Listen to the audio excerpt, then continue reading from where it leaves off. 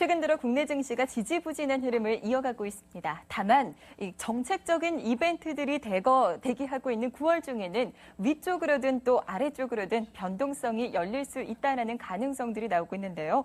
각 증권사에서 제시하고 있는 9월 코스피 지수 예상 밴드부터 확인해 보도록 하겠습니다. 대부분 증권사에서 밴드의 하단 1900선 아래쪽으로 잡고 있습니다. 다만 대신증권 같은 경우에는 하단을 1900선으로 제시를 하고 있는데요. 1900이 쉽게 깨지지는 않을 것으로 전망을 하고 있습니다. 밴드 상단을 가장 높게 잡고 있는 증권사는 우리투자증권입니다. 2100포인트까지 오를 수 있다고 내다봤고요. 나머지 증권사들은 2000선 내외로 제시를 하면서 사실상 코스피 지수가 1900선에 머물 것으로 예상을 하고 있습니다.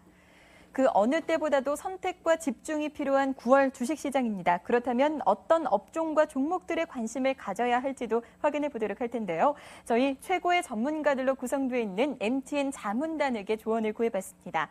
가장 먼저 VIP 투자자문의 최준철 대표께서는 지금은 보수적으로 시장을 바라봐야 할 때다라고 밝히고 계십니다. 현금 확보가 필요하다라는 전략을 세워주셨고요. 하나대투증권의 김지환 센터장께서는 자동차, 그 가운데서도 현대차에 주목하고 계시고 철강주 가운데서는 현대하이스코, 기계 관련주 가운데서는 LS를 말씀해 주셨습니다.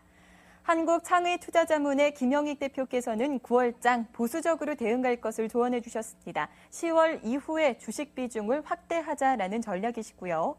다음으로 LIG투자증권의 안수흥 센터장께서는 IT와 자동차 그리고 배당주를 중심으로 한 보수적인 투자를 조언해 주셨습니다.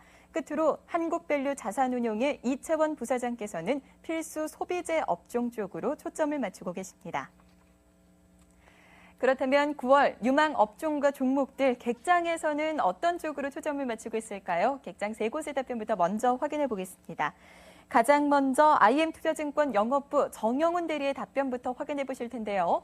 정영훈 대리께서는 유망 섹터로는 자동차주를 꼽고 계시고요. 3분기 실적 개선에 대한 기대감과 함께 외국인의 매수세가 몰리고 있다는 점을 투자 포인트로 잡아주셨습니다. 그 가운데서도 유망 종목으로는 현대차를 말씀해 주셨습니다.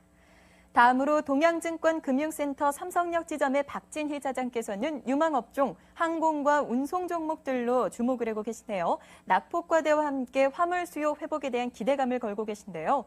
유망 종목으로는 대한항공 말씀해 주셨습니다. 낙폭과대와 함께 한국항공우주 입찰 무산 가능성이 높다는 만큼 이 부분 쪽으로 초점을 맞추고 계십니다.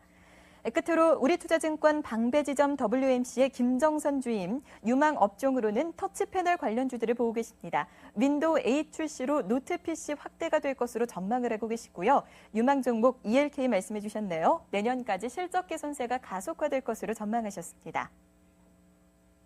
그렇다면 이분께서는 어떤 의견을 주실까요? 한화투자증권 대치지점으로 가보겠습니다. 손재무 차장 만나 뵙죠. 차장님 안녕하세요.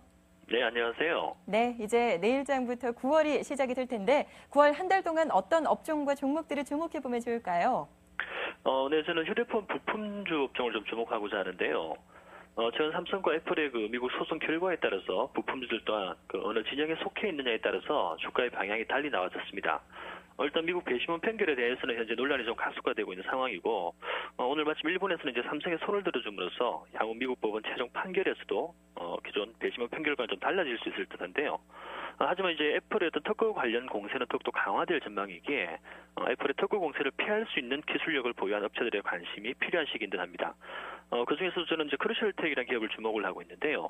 기존의 X축, Y축 방식의 어떤 정전 용량식의 터치 방법이 아니라 매트릭스 스위칭 방식의 기술을 활용한 그 MSTSP에 대한 특허를 갖고 있으면서 최근 메이저 업체와 그 공급 협의를 하고 있으며 매우 주목받고 있는 상황이라 보고 있습니다.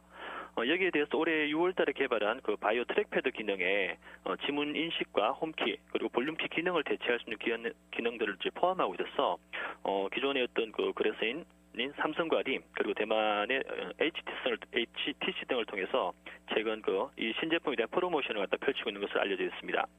따라서 리모컨에 이어서 모바일 폰으로의 확장성을 충분히 보여주고 있는 상황이기에 다음 달 9월에는 매우 좀 주목할 만한 가치가 있는 기업이라 판단하고 있습니다. 네, 크루셜텍에 대한 관심까지 확인해봤네요. 지난주 금요일에 제시됐던 주간 관심주 수익률도 점검해 보도록 할게요. 지난주에 바이오랜드 말씀해 주셨습니다. 지난주 네. 매수가 13,800원이었고요. 장중 최고가 오늘의 기준으로 14,750원까지 올라서 수익률 6.88%를 기록했습니다. 최근에 중소형 화장품주들의 움직임 상당히 눈에 띄는 모습이죠. 바이오랜드도 네. 오늘 장에서도 급등하는 모습인데 아직 갖고 계신 분들 어떻게 하면 좋을까요? 오늘 대량 거래를 동반해서 시세가 나고 있는 상황입니다. 지금까지 이제 그 완성품 업체인 화장품 업체들만 시세를 발현하고 원료를 공급하고 있는 동사 같은 경우는 큰 시세를 못 냈었는데요. 이제 남은 건 이제 동기업뿐만이 아닐까 싶습니다. 쉽게 말해서 나도 화장품 주다라는 개념으로 접근하시고요. 주가 상승을 또 낙관하고 있는 상황입니다. 바이오랜드 계속해서 긍정적으로 볼 수 있을 것 같네요. 이번 주에는 어떤 종목 공략해 볼까요? 네, 오늘 추천드릴 종목은 이제 라이플렉스라는 종목을 추천드리겠습니다. 동사는 이제 콜맨, 그리고 스노우피크, 코베아 등의 국내외 유명 텐트 업체들에게 ODM 방식으로 텐트를 공급하고 있는 업체인데요. 최근 국내에서도 그 텐트족들이 급속히 늘어나면서 판매량이 급증하고 있는 상황입니다. 실질적으로 텐트를 구매하는 대다수의 구매자들은 사실상 동사의 생산 제품을 사용하고 계시다고 봐도 무방할 정도의 업체죠. 여기에다 2년 전부터 그 신규 사업으로 시작한 게임 사업이 호조를 보임으로 인해서 제2의 도약기를 맞고 있는데요. 특히 지난 7월에 런칭한 그 퀸스 블레이드의 경우에 세계 최초로 여성 캐릭터만을 채용한 성인 전용 게임으로서 초기에는 비록 게임의 완성도 측면에서 좀 부족하다는 평가를 받으며 시장 우려감이 존재했으나 현재로서는 그 접속자 기준으로 20위권 초반을 지속적으로 유지하고 있습니다. 그리고 더불어 최근에 서브 수마저 이제 늘리는 모습으로 봤을 때 그 성인 캐릭터를 활용한 틈새 시장 공략에 성공해서 안정적으로 이제 정착하는 모습을 보여주고 있다고 하겠습니다.